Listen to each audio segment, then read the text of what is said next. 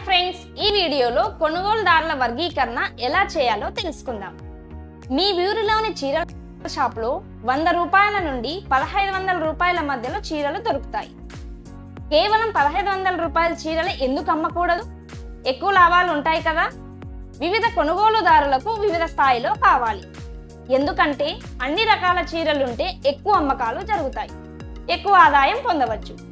హరిత చీరల షాపులో ఎటువంటి కొనుగోలుదారులు వస్తారు? వారు వర్గీకరణ ఎలా చేస్తారు? కొనుగోలుదారుడి వర్గీకరణ అనగా వారు కొనే అలవాటు లేదా లక్షణం బట్టి వారిని విభజించడం. ఉదాహరణ, చీరల మోడల్స్ని బట్టి, ధరను బట్టి, క్వాలిటీని బట్టి కొనుగోలుదారుల వర్గీకరణ చేయవచ్చు. ఎందుకు అలా చేయాలి?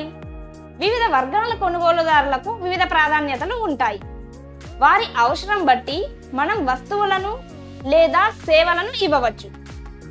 కేవలం ఒక వర్గం కొనుగోలుదారుడు కోసం ఒకే వస్తువు లేదా సేవలు ఇవ్వడంలో అర్థం లేదు.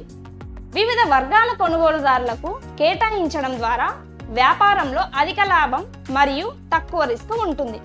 ఇందుకు ఎలా? ఇందులో 2 విధాలుగా ఉంటాయి. అమ్మకాలు పెంచడం, రిస్క్ తగ్గించడం. ఫస్ట్, అమ్మకాలు పెంచడం. వివిధ రకాల కొనుగోలుదారులకు ఉత్పత్తులను అందించడం ద్వారా అమ్మకాలు జరుగుతాయి.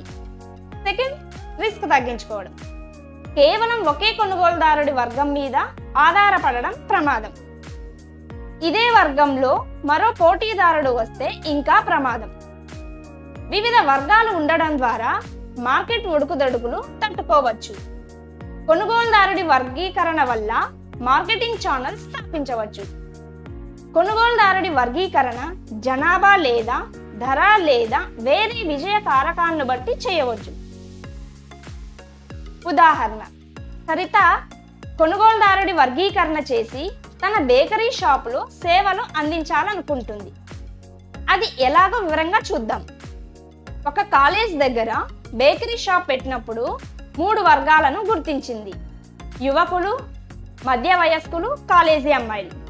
ఫస్ట్, యువకులు. వీళ్ళకి పిజ్జా, సమోసా ఎక్కువ ఖరీదు కానంత వరకు ధర పెద్ద విషయం కాదు. మధ్య వయస్కులు.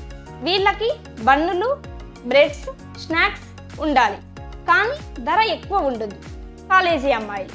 వీళ్ళకి చాక్లెట్స్, ఐస్ క్రీమ్స్ కావాలి, అందుకే వీళ్ళకి ధర పెద్ద సమస్య కాదు, కానీ కూర్చొని తినడానికి అనుకూలంగా ఉండాలి. కాలేజ్ దగ్గర 3 స్థాయిల వారికి బేకరీ ఐటమ్స్ పెట్టారు.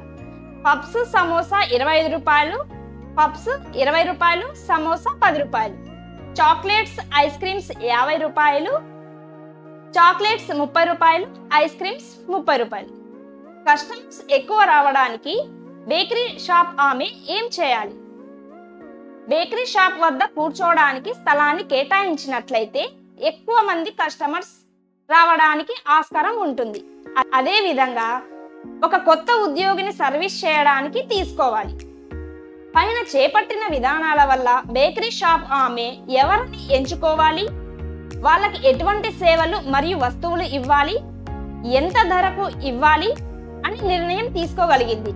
ఈ విధంగా వ్యాపారంలో కొనుగోలుదారుల గురించి అర్థం చేసుకోవాలి. ధన్యవాదములు.